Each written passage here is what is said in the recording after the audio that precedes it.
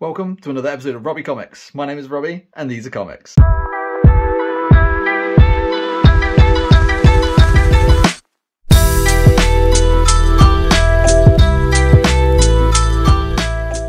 Okay, so we've got another pretty fat stack of books coming up.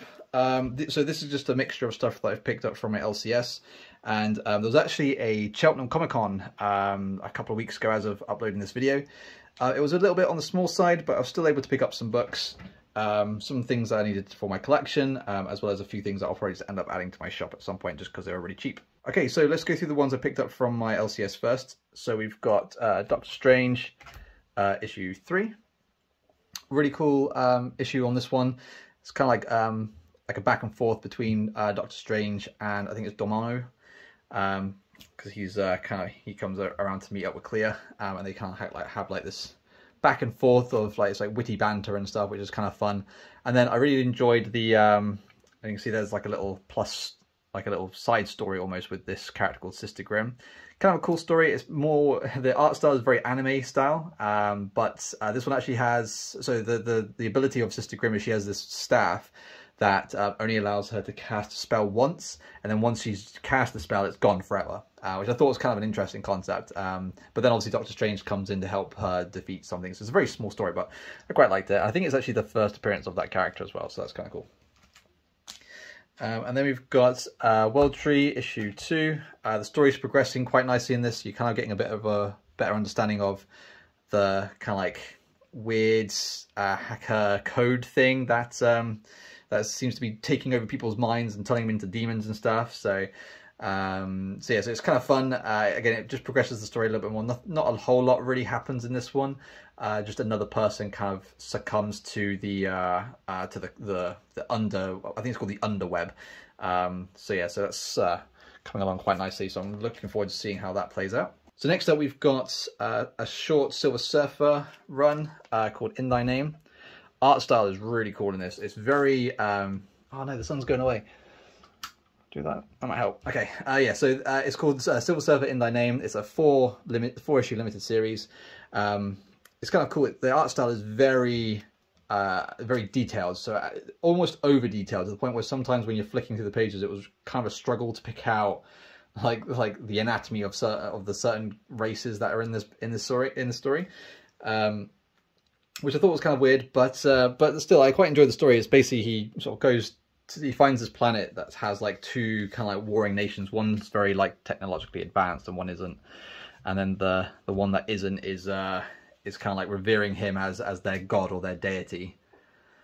So it kind of like plays into that sort of role where the Silver Surfer doesn't know if he should be seen as a god or or anything else. So it's got kind of an interesting story arc to it. I quite liked it. I quite like the back and forth. The ending is crazy.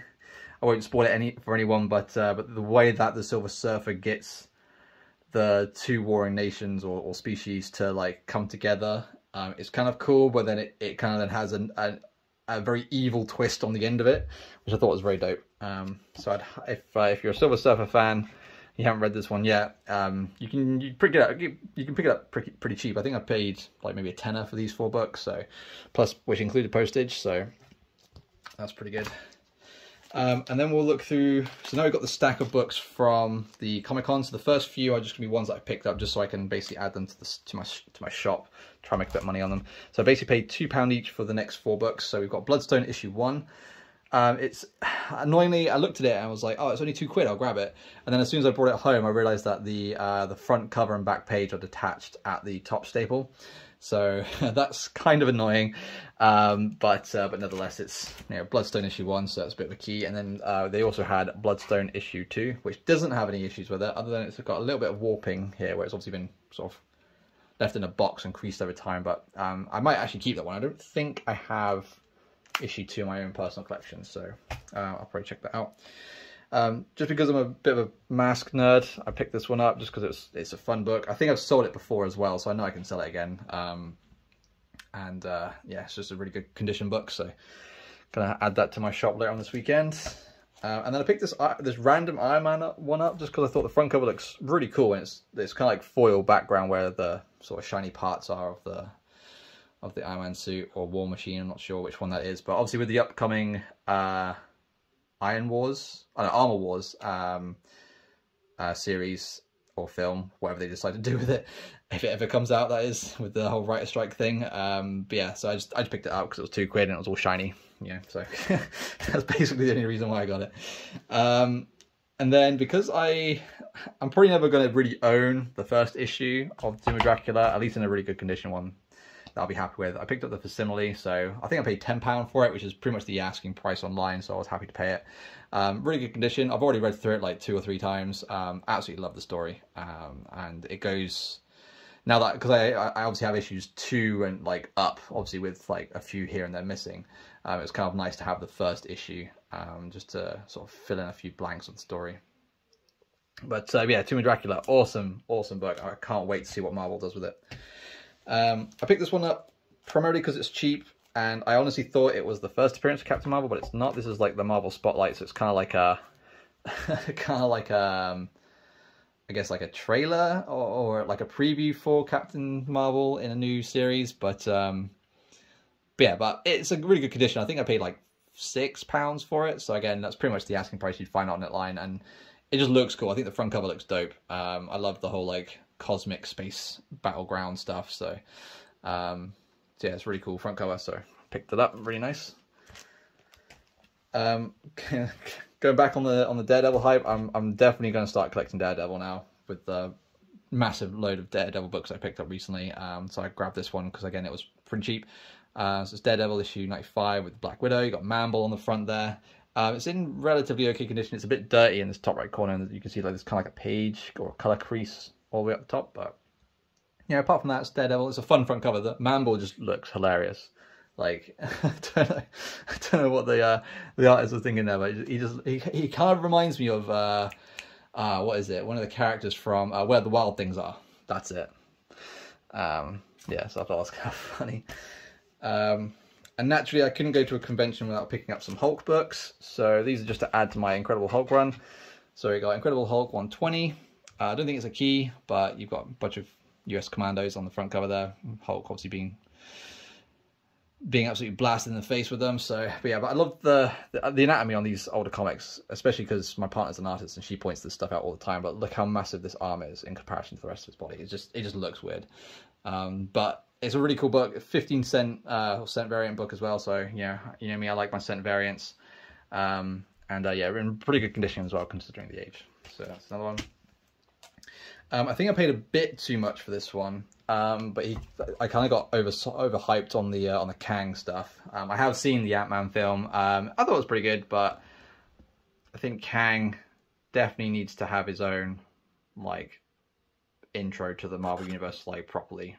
But yeah, but this is Incredible Hulk 135 again, cent variant. It's in really crispy condition actually. I think there's only like 1 or 2 spine ticks, but the rest of the book is solid. So yeah, can't really complain there. But again, really good cover, and it was a Hulk book that I didn't have, so decided to grab it. And then rounding out the video, we've got some more Hulk, but this time She-Hulk. And I always said if I ever find Savage She-Hulk books out in the wild, I try to pick them up. So we got issue 2. Really good condition. I actually paid like £5 for this. He had these marked at a really cheap price, so I was quite happy with that. But yeah, issue 2, again, super clean condition, cent variant, so that's always a plus for me. There's like 1 or 2 spine ticks and maybe a little bit of chipping in this top left corner, but apart from that, yeah, really classic front cover with She-Hulk there smashing into a bus. And yeah, super clean book, so happy to add that one. And then we've got a couple more Savage She-Hulks. We've got issue 19, pence variant. Again, I think I paid a £5 for this, but this one does have some creasing in this top right corner. But again, really cool front cover with the She-Hulk there. Super happy to have some more Savage She-Hulk. I think this has like, the Savage She-Hulk is like 25 issues, I want to say. I don't think it's a very big run. The Sensational She-Hulk is like over 50, but I'm not too sure on the Savage She-Hulk. I have a feeling it's like 20 or like 30, I think. But yeah, this is issue 23. Again, really clean book. Could do with a little bit of cleaning up here, but apart from that, super crispy. And yeah, again, love the Savage She-Hulk series, so always a pleasure to get those in my collection. So that's it for today. As always, thank you so much for watching. Just a short little video today about the books I picked up from the Cheltenham Comic-Con. Again, if you're ever in the neighborhood this time next year, feel free to pop by. It is a little bit on the short side, but there are some gems that you can find. There's a lot of people selling like Pokemon cards and things like that, so definitely a lot of variety there for sure. But yeah, thanks for watching as always. If you like what I'm doing, please hit the like button and subscribe to the channel. Drop a comment down below. Let me know what you thought about the books that we picked up today. And yeah, as always, thank you for watching. Peace out and stay crispy.